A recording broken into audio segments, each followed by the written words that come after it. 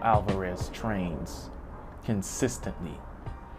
Listen, Canelo fights at least 3 times a year, which makes him always in training camp. He's always keeping his skills sharp. He's always on his A game because he has an opponent in front of him. Versus fighters like Charlo that fights mostly once a year. Now, if you put a fighter up against someone who is constantly in the ring 3 times a year at least, I would give him that advantage. Canelo is great, not because he's more talented than some of these fighters, but Canelo is great because he stays active. And this is one of the reasons why I think Canelo is going to have an advantage over Charlo. I love Charlo. I'm a Charlo fan. You know, they can be a bit abrasive and combative, and if you talk negative about them, they'll get on you. But I support them. I support them as well because I think they're doing the best they can to support their families.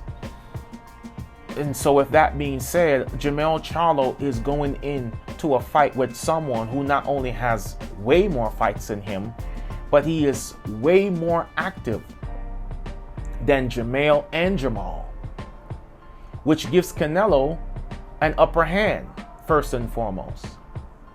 Secondly, Charlo is going to fight at a bigger weight, a much heavier weight. Is he going to be able to carry the mobility and the strength and power at a weight class that he has never fought at before? I don't see Charlo out doing Canelo. Charlo fights a lot like Errol Spence. He's good fundamentally. He moves forward. He'll utilize his jab, his right hand. The one thing I say Charlo has better than Errol Spence is the fact that Jermell, he actually moves more than Errol Spence. Errol is way more stationary. Charlo actually utilizes his ring generalship, which allows him to move better and get out of the way. But Canelo, listen, man, Canelo is a master of cutting the ring off. And there are going to be times when Charlo is just going to have to be a dog and give Canelo a taste of that right hand.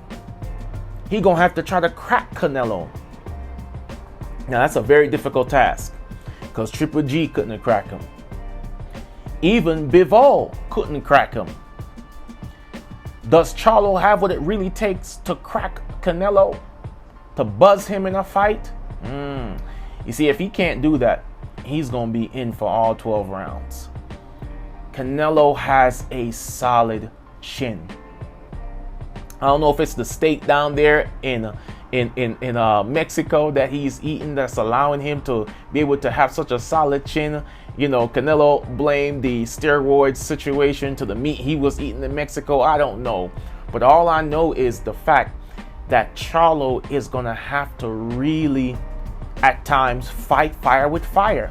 He's going to have to move. One of the things, if you notice, that Canelo likes to do as well, when he's fighting, he likes to hit the other opponents on their biceps and their shoulders to try to slow their punching output down. He did this to Callum Smith, and he also did this to Bivol. Bivol talked about this at the end of the fight, if you can recall, right? Where Canelo targeted these areas. Charlo is not used to being hit on the biceps or on the shoulders consistently. That's something that I hope he can work through and be able to get through. Do I think it's going to be a good fight?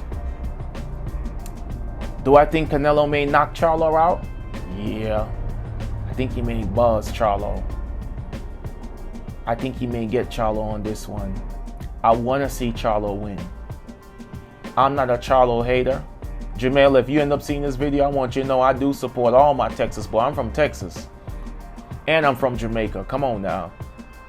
So I want to see Charlo win. I just think it's a difficult fight for Charlo to win. Canelo is more active. Canelo is used to that weight class.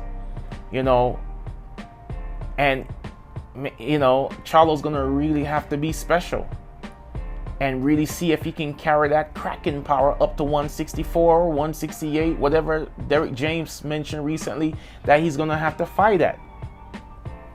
I think it's going to be a competitive fight. I don't know if Charlo is going to have what it takes to pull it out. Let me know what you guys think. I'm rooting for Charlo. Jermell, he calls himself Big Charlo. Come on, Charlo. I'm with you, boys. Hopefully he can win this fight, go down to 154, and defeat possibly Terence Crawford. Please let me know what you guys think in the comments, and let's wait again for our next video. Thank you for coming to Shane O's Boxing.